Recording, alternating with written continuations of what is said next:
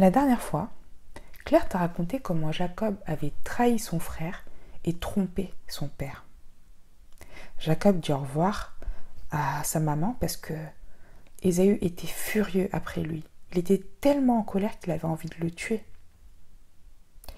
Le voyage sera long, environ 720 km pour arriver chez son oncle, qui s'appelle Laban.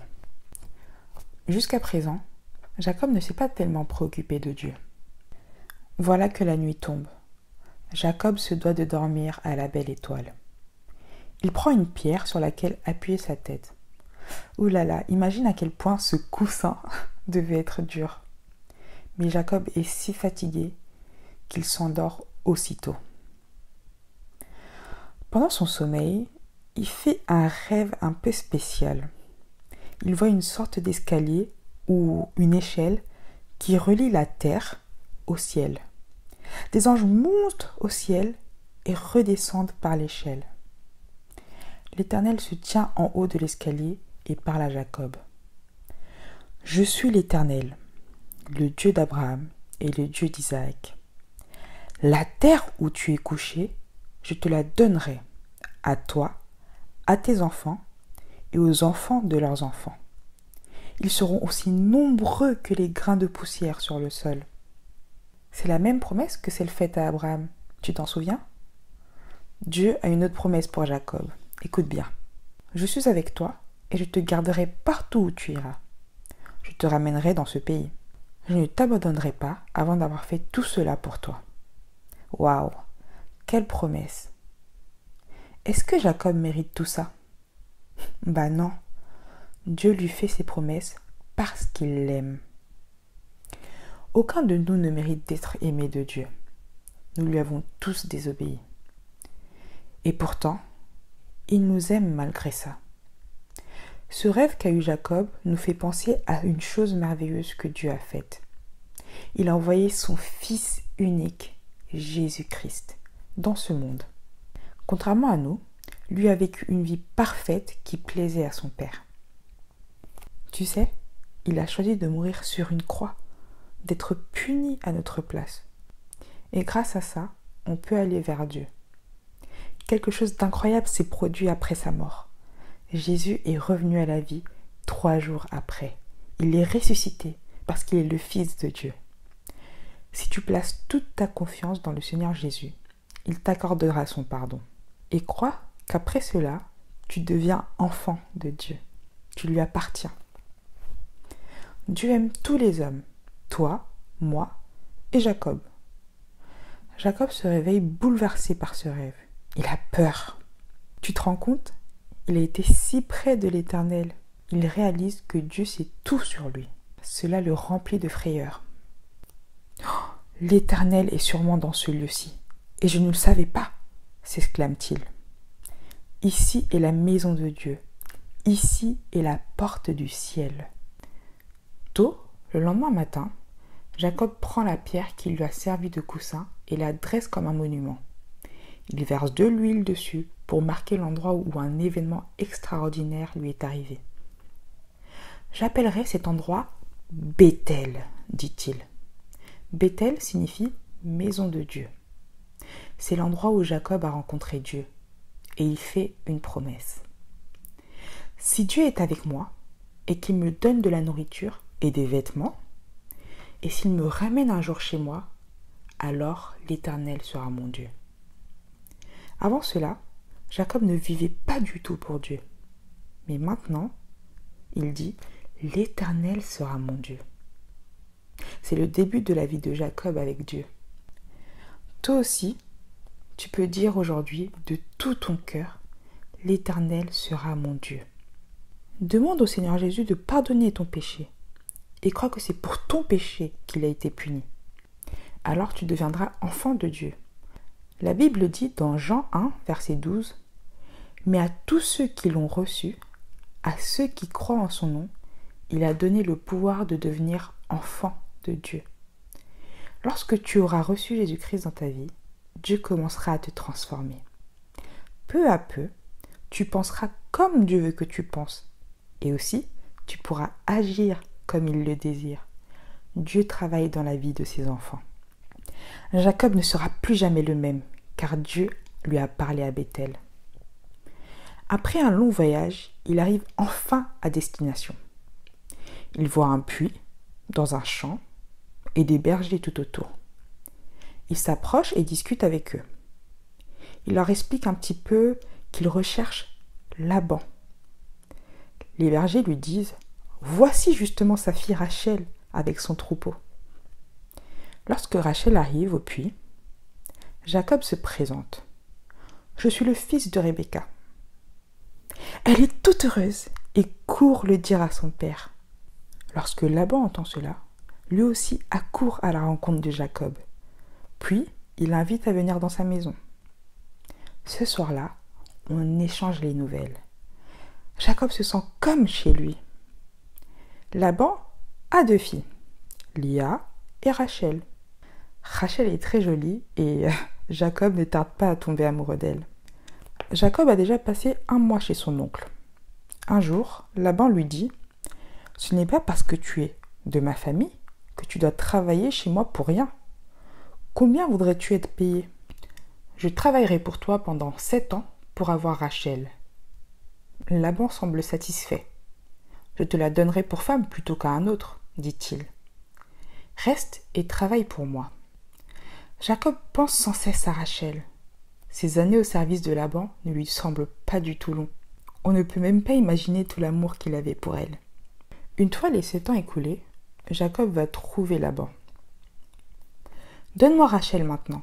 J'ai travaillé 7 ans pour toi, comme convenu. » Alors Laban organise une grande fête et invite ses amis. Le soir, il amène sa fille vers Jacob.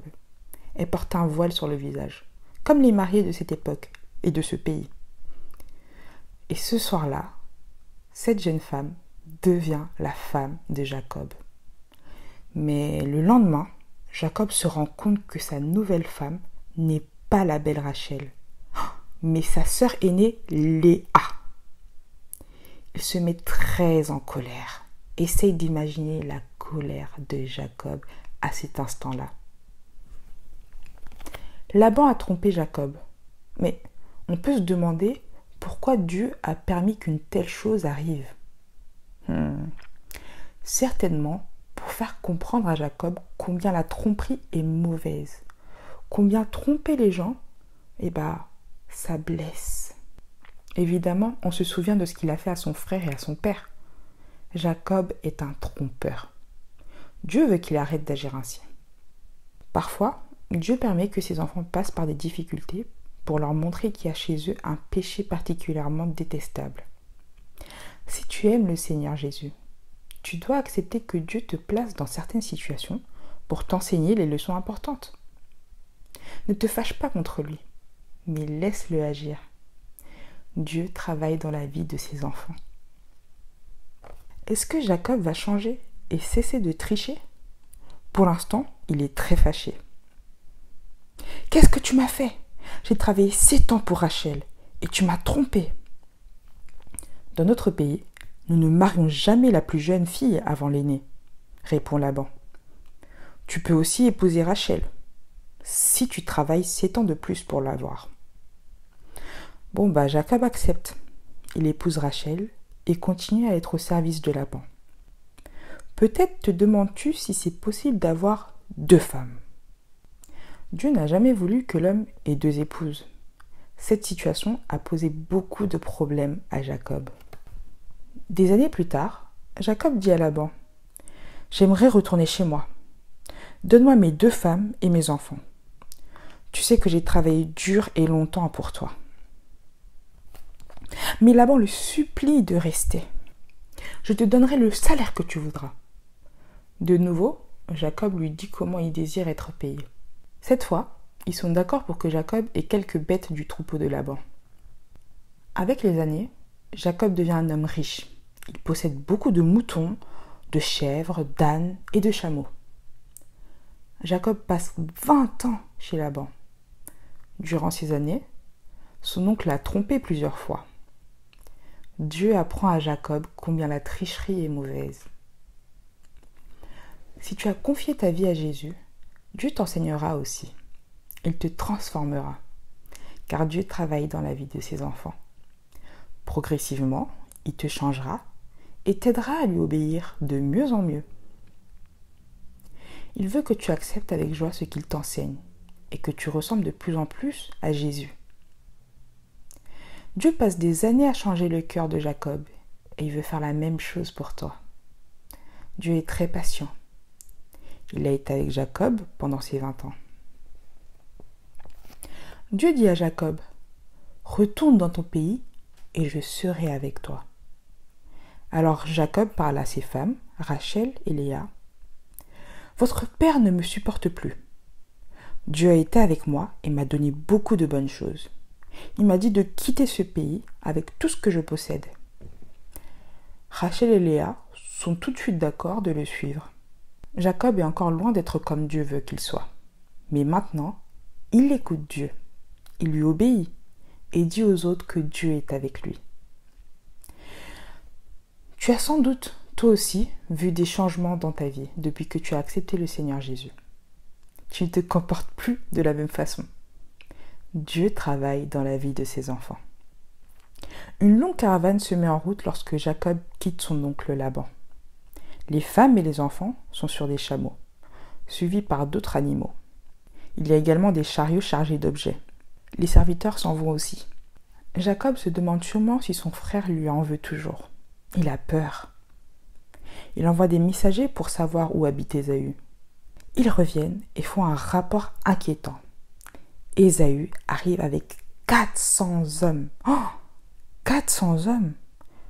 Dieu a transformé le cœur de Jacob.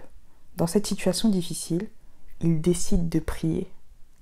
Ô Dieu de mes pères, d'Abraham et d'Isaac, toi qui m'as dit « Retourne dans ton pays et dans ta famille, et je serai avec toi. » Je ne mérite pas ta bonté et ta fidélité envers moi. Lorsque j'ai quitté la maison, je n'avais avec moi que mon bâton.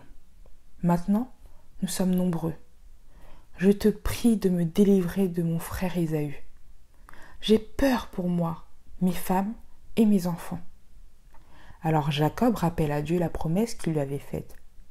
Tu as promis de rendre ma famille aussi nombreuse que le sable de la mer, trop nombreuse pour être comptée. Jacob sait que si Dieu permet à Ésaü de le tuer, lui et sa famille, cette promesse ne pourra pas s'accomplir. Alors il compte sur Dieu pour le protéger. Jacob a appris à prier et à faire confiance à Dieu. Dieu va enseigner beaucoup de choses à ses enfants. Au début, tu ne savais sans doute pas comment prier ton Père qui est aux cieux. Mais tu as appris à le connaître et à lui parler. Le Saint-Esprit qui vit en toi t'aide à savoir comment t'adresser à Dieu. Tu fais des progrès dans ta vie de prière. Voilà comment Dieu travaille dans la vie de ses enfants. Jacob envoie du bétail en cadeau à Ésaü avec un message. « Voici des cadeaux de la part de ton serviteur Jacob. » Le soir venu, Jacob veut que ses femmes, ses enfants et les animaux avancent et traversent la rivière. Mais lui, il décide de rester derrière. Cette nuit-là, une chose très étrange se produit. Un homme vient et se bat avec Jacob. Il lui donne un coup à la hanche et Jacob devient boiteux. Ce n'est pas un homme ordinaire, c'est un visiteur du ciel. Jacob combat contre Dieu. Dieu lui parle. Tu ne t'appelleras plus Jacob, mais Israël. Le prénom Jacob veut dire « celui qui trompe » et Israël veut dire « qui lutte avec Dieu ». Un nouveau nom pour un nouvel homme. Jacob était un tricheur, mais Dieu n'a pas baissé les bras en ce qui le concerne. Il a fait de lui une personne différente et meilleure. Cela a pris du temps, mais Dieu est patient. Même lorsque tu agis mal et que tu déçois Dieu, il continue à travailler et à changer ta vie. Dans Philippiens 1,6, il est écrit « Dieu qui a commencé en vous un si bon travail va le continuer jusqu'au bout, jusqu'au jour où le Christ Jésus viendra. » Il te fera ressembler toujours plus au Seigneur Jésus, même si cela prend du temps. Ah là là, Jacob n'oubliera jamais cette nuit. Le lendemain, il boite toujours lorsqu'il s'apprête à rencontrer son frère Ésaü. Il place sa famille de sorte qu'elle soit plus en sécurité. Lui passe devant. Ésaü s'approche. Jacob s'incline à terre et Ésaü court à sa rencontre, se jette dans ses bras et l'embrasse. Les frères pleurent ensemble. Dieu a tout préparé pour que ces retrouvailles se passent bien. Waouh, Jacob a bien changé. Il était très différent d'il y a 20 ans, quand il avait quitté la maison. Si tu es un enfant de Dieu, remercie-le pour tout ce qu'il fait dans ta vie. Apprends avec joie les leçons qu'il t'enseigne et tu ressembleras de plus en plus au Seigneur Jésus. Souviens-toi, Dieu qui a commencé en vous un si bon travail va le continuer jusqu'au bout, jusqu'au jour où le Christ Jésus viendra. Si tu confies ta vie à Jésus aujourd'hui, si tu lui demandes d'être ton sauveur et de te pardonner de tous tes péchés, Dieu commencera à changer ta vie. Je te propose de prier. Merci Seigneur parce que tous les jours tu nous enseignes, tous les jours tu nous apprends à marcher avec toi et tu nous montres tout l'amour que tu as pour nous. Merci parce que les épreuves nous forgent et nous montrent à quel point nous sommes des pécheurs et à quel point nous avons considérablement besoin de toi. Je te prie afin que tu nous fortifies, chacun d'entre nous dans notre foi, et que nous nous accrochions à toi et à ta parole. Au nom de Jésus, Amen.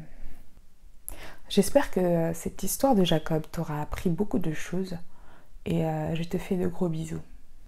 À bientôt.